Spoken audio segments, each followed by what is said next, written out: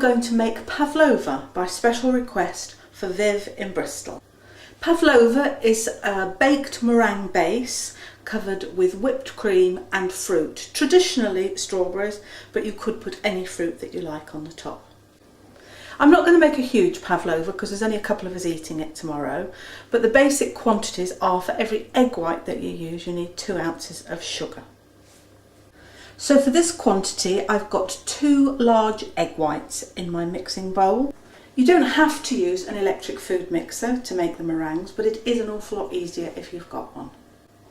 I'll start to beat the eggs at a medium pace to start off with till they go nice and foaming, and then build the speed up till the egg whites are whisked to stiff peaks. The egg whites are now whisked to a fairly stiff peak, as you will see, and now I'm going to add the sugar a small amount at a time. So I'm going to add to my mixture a teaspoonful of corn flour and a teaspoonful of white wine vinegar and just a few drops of vanilla essence so it doesn't taste vinegary.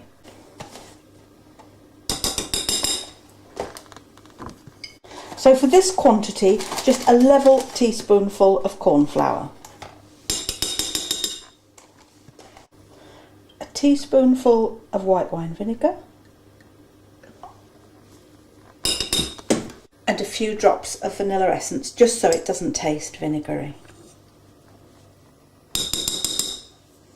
So I'm just going to mix it all up again in the food mixer to make sure all those are evenly distributed. I've prepared a baking tray with some silicone or non-stick paper so that the meringue doesn't stick. You can use greaseproof paper, but you'd need to oil it well, and that sometimes gets absorbed into the meringue. You could pipe the mixture if you wanted to, but it's just as easy to pour onto the tray and shape it to the form that you want. So I've just poured all the meringue into a general heap, and I'm just going to spread it out a little so that there's not a big pile in the middle, and make a slight indentation in the middle to take our cream and fruit when it's cooked.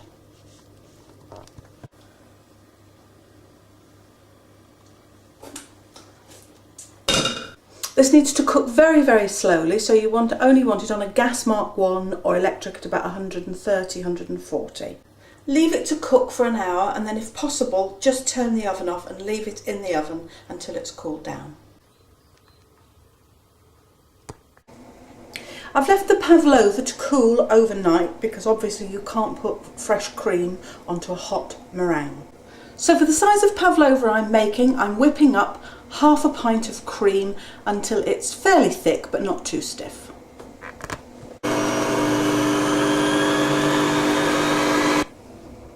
The cream is now whipped. You don't need an electric mixer, you can do it by hand if you don't have an electric mixer, but you need to whip it until the cream is fairly stiff and will hold its own shape, but not too stiff that it's turning to butter. A perfect pavlova would be pure white, but to do that you need it on a very, very low oven. This was cooked at 1 degree gas, and so we've got a slight tinge to it. It'll taste just as delicious, and it's nice and crispy, as you can hear. And of course retains a nice gooey, soft marshmallow meringue inside. So I'm just spreading the cream around the base of meringue. To get a perfectly white pavlova, you do need a very, very low oven. Mine was cooked at gas mark 1, which does give a slight coffee-ish colour to the meringue, but it tastes just as nice and is nice and crisp. And as you can see, half a pint of whipped cream is plenty for a 2-egg mixture meringue. I've washed, dried and sliced my strawberries, but you could leave them whole if you prefer, but mine were quite large, and I'm just going to place them all over the cream top.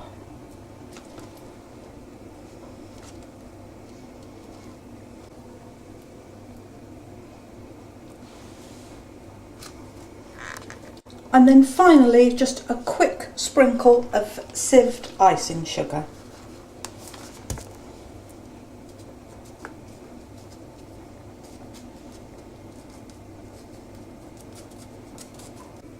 So here's the pavlova that you were looking for, Viv. I hope you'll make it. I expect one on the 24th. Hope everybody else enjoys making it and eating it as much as we will. Thanks for watching. See you again soon.